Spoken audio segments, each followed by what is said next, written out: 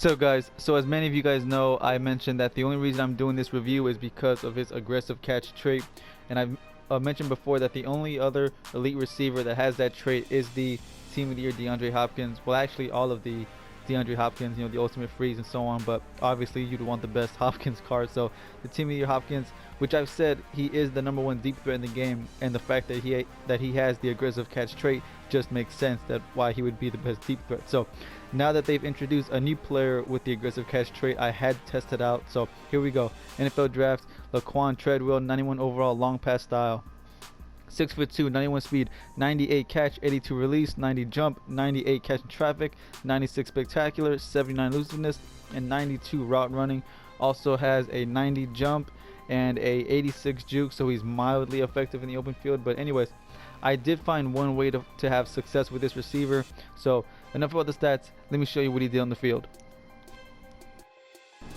So when I play with Treadwell, you know, I try to put him on different routes, you know, outs, curls, and everything. And honestly, the only route that he had success with getting, you know, separation was a slant. I put him on outs and curls, and he just did not work that well. Definitely struggled against the press. And that right there was the only successful deep pass that I had with him. So definitely did not rival Team of the Year DeAndre Hopkins for that deep threat spot. So, you know, in my opinion, Hopkins is still the #1 deep threat in the game.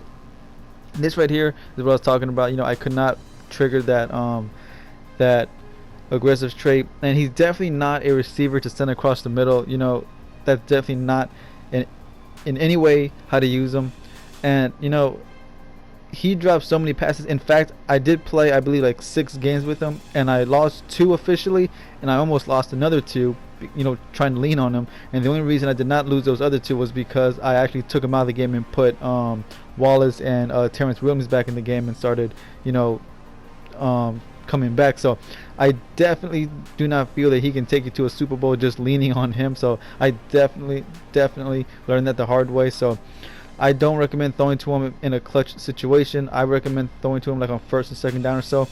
As you can see right here, this is how I found success with him, and that was to put him out wide, put him on a fade, and throw a bullet, you know, towards the sideline. So like lead it with the left stick towards the sideline, and you'll have much more success there. Now, definitely do not throw a high pass. I threw a lot of high passes, and they just got picked off over and over again. So as you can see here, man, throw it to the sideline. Make sure it's a bullet, not a lob. Lobs and touch passes got picked off as well, and also just did not work. So I recommend throwing bullets to the far right or far left, wherever you want to put them. As you can see right here, this was the only way I found success with them. So if you pick up Treadwell, let me know how he plays for you. Anyways, guys, that's gonna wrap up this review. My final thoughts: do I think he's worth 40,000? I say he's only worth that if you plan to use him the way I did, you know, with the sideline catches. Otherwise, I would say pass on him for now. He's obviously not a top 5 or top 10 receiver. He might be a top 10 budget receiver if, you know, like I said, if you're just gonna abuse the sideline catches. That's the only way that I recommend using them. So anyways, guys, that's gonna wrap this up. As you can see right here, I did pick up this final edition Mike Evans. He's gonna be the next review. On defense, I will be reviewing that position hero Khalil Mack, so be on the lookout for that. I will see y'all boys then, man. Peace.